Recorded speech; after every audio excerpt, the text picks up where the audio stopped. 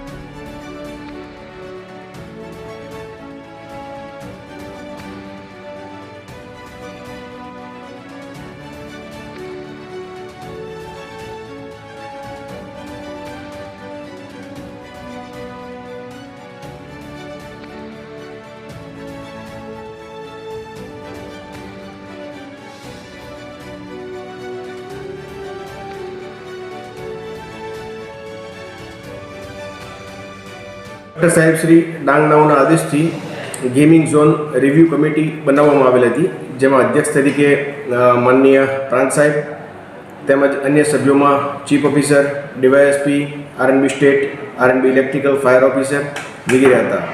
તારીખ 27ના રોજ gaming zone committee દ્વારા સાપુતારા ખાતે ચાલતી વિવિધ adventure sports activity, boating, ropeway, paragliding વગેરેની આકસ્મિક તપાસણી અને મુલાકાત કરવામાં આવી હતી। સાપુતારા ખાતે હાલમાં કોઈ પણ ગેમિંગ ઝોન આવેલ નથી, પરંતુ તકેદારીના ભાગ સ્વરૂપે જે એક્ટિવિટીઓ ચાલી રહી છે તેમાં થોડી ઘણી ક્ષતિઓ જોવા મળેલ હતી, જે પૂરતા ન થાય ત્યાં સુધી બંધ રાખવા માટે સૂચના આપવામાં આવેલ છે। જેમ કે એડવેન્ચર પાર્ક્સમાં માછલીઘરમાં એક જ એન્ટ્રી પોઈન્ટ અને એક જ એક્ઝિટ પોઈન્ટ હતો, ત્યાં કોઈ ફાયરના સાધનો લગાવેલ ન હતા। આથી માછલીઘર, બમ્પર કાર, ગોકાર્ટ વગેરે એક્ટિવિટીઓ બંધ રાખવામાં આવેલ છે। તેમજ રોપવે જે હાલમાં સાપુતારા ખાતે ચાલી રહેલ છે તેમાં ફાયર વિભાગનું જરૂરી એનઓસી મેળવેલ ન હતું, આથી રોપવે પણ જ્યાં સુધી ફાયર વિભાગનું એનઓસી ન મળે ત્યાં સુધી બંધ રાખવા સૂચના આપવામાં આવેલ છે।